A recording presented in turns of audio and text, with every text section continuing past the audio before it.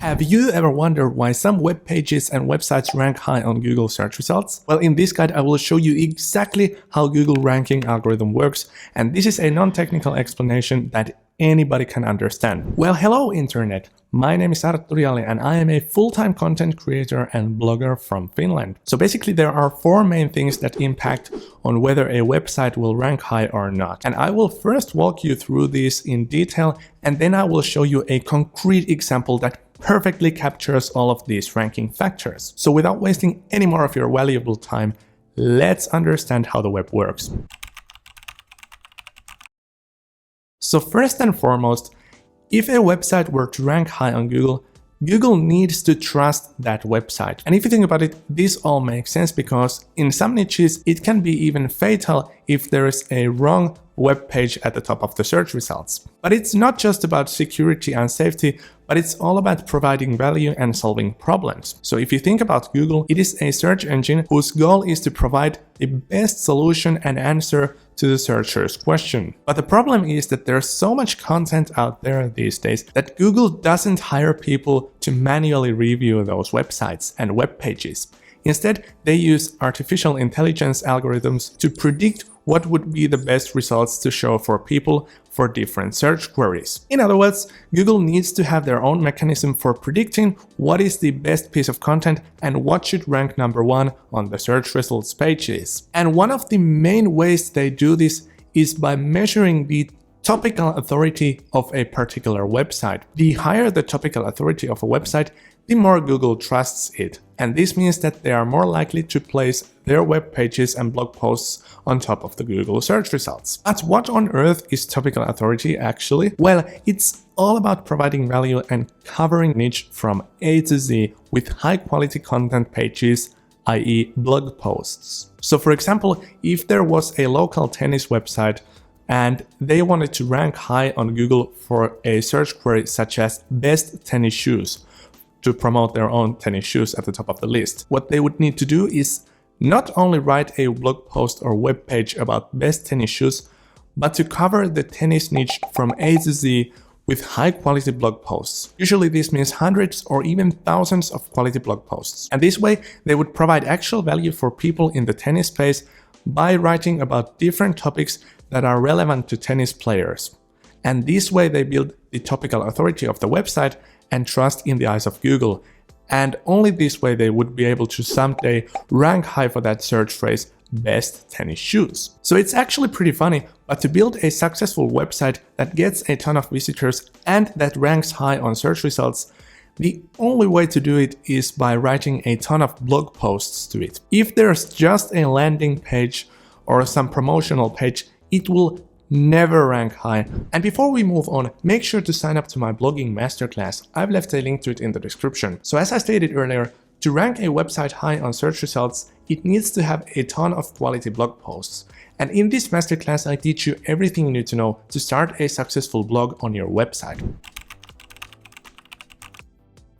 Now the next important ranking factor when it comes to ranking pages high on search results is quality. So as I stated earlier, it is all about writing quality blog posts to a website to build trust to rank high on search results. But not just any blog posts. In an ideal world, the number one search results for a particular search phrase would be the best answer to that particular question. But once again, there's no team or no person actually reviewing the blog posts and pages, so this would be pretty tricky to do. Also, even if there was a team of experts assessing each blog post and web page, it would still be highly subjective as to what they consider to be the best resource on the internet. So, to solve this problem, we can make a silly but effective assumption.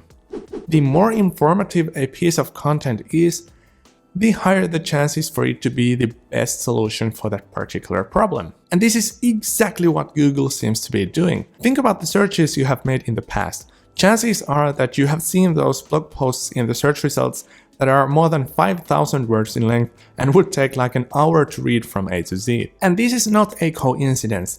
It's because the more informative a piece of content is, the higher the chances for it to solve a problem better than anyone else. So a very naive way to think about it is that if somebody wants to rank high on Google, they need to write the longest and more detailed piece of content about that topic on the entire internet. And I've actually seen this on my websites. Some of my best performing articles are more than 10,000 words in length. But don't get me wrong here, it is not just about providing the longest piece of content and writing a ton of text. It needs a whole bunch of more. If it was just a 5,000 word piece of content, it would actually take hours for people to find their answers. So to make the information accessible, the blog post can not only be a wall of text, but it also needs to be formatted nicely with headings, subheadings, tables, bulleted lists, and whatnot. Also, people hate walls of text these days.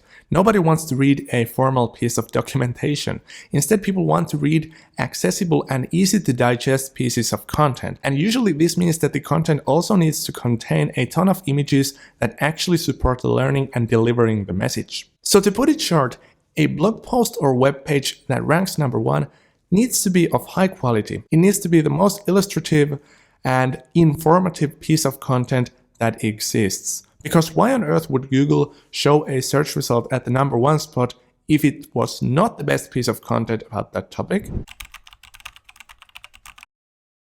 Now the third important ranking factor is being original and unique. If you think about it, every single search result eats up space from Google's index. If there is a web page or blog post that just repeats stuff that has already been told millions of times before, Google will definitely not show that in the search results. In other words, every piece of content that is out there should actually add something new to the internet. A classic example is a product review. If a website publishes a product review of a product that they have never tried, they cannot really add anything new to the table. These types of blog posts will practically never rank high. Heck, Google might even not index those pages in the first place. In other words, they are not appearing anywhere in the search results, not even at the bottom of the page. But if the review is actually written by a person who has extensively tested the product, this way they will actually add something unique and original to the table. They will add their unique images and unique text and experiences with the products that no other person has ever had before. And this is the type of content that Google absolutely loves. For a website or web page to rank high on Google search results, it always needs to add something new to the table.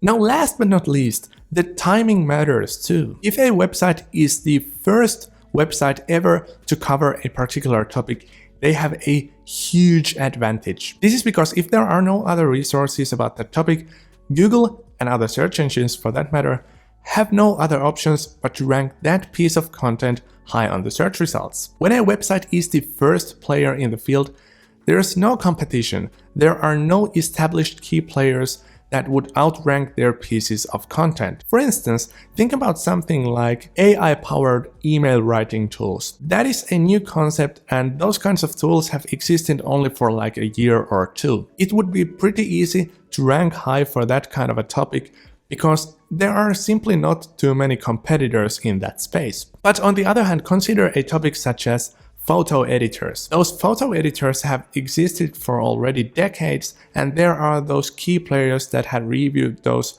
for more than 10 years. In other words, competing in that space would be impossible, especially on a new website that hasn't really covered that topic that well. Now let me show you a concrete example of a website that ranks high on Google search results and that perfectly illustrates these points that I made in this video. So let's open up Google and search for Bose NC700 HP review and see what pops up. The number 1 result is from soundguys.com. This on a surface looks like a harmless review that pretty much anybody can put together, right? Well, let's actually open up the blog post and see what it actually looks like. And before we actually do that, let's consider the trust aspect here.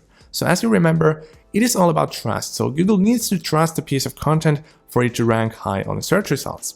So let's see how many reviews or blog posts soundguys.com have actually written.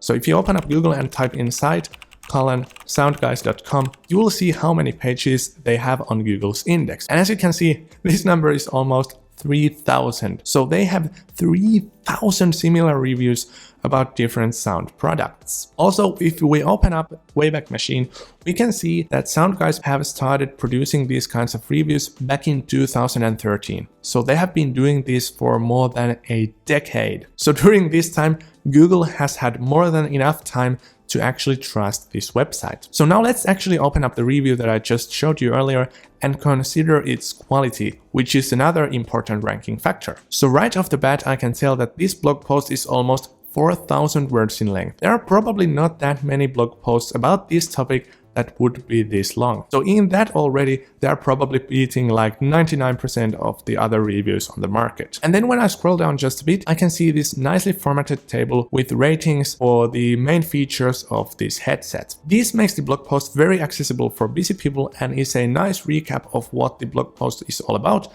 and helps making a purchase decision for people that are in a hurry. By scrolling down a bit further, I can also find out that this blog post is not just a post, but they have actually made a separate YouTube video. Then, needless to mention, they have actually formatted this blog post nicely. So there are these subheadings that are questions that people might have related to this product, and also images and very brief and concise explanations that reveal it all. And at the end of the guide, they have even placed this FAQ section that answers the most common questions people might have related to this product. So based on what I've already seen thus far, this blog post seems like a complete, well-rounded piece of content that is very, very, very hard to compete against. But if you think about it, thus far we probably could have done something similar without even trying out the product, right? So we could have just found out this information from other reviews and perhaps the landing page of this product.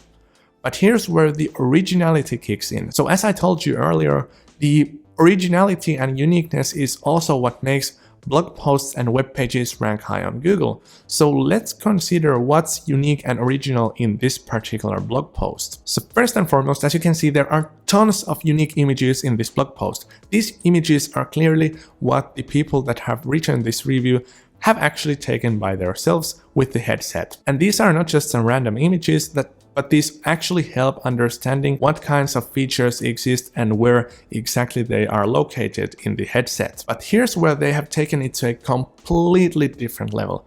So these guys have actually tried out the audio output and analyzed it. And for example, here you can see the frequency response chart for this particular product. And I actually checked how they have done this. So they have actually this dummy head and they put on the headset for that head. And then they insert those little microphones into the ears of the dummy head to measure the frequency response and whatnot. That's pretty freaking incredible. So needless to mention, this is pretty unique and original, and not many other reviews are able to produce this kind of quality content. And last but not least, as I stated earlier, if you want to rank a blog post or web page high, you would need to cover it among the first people in the market.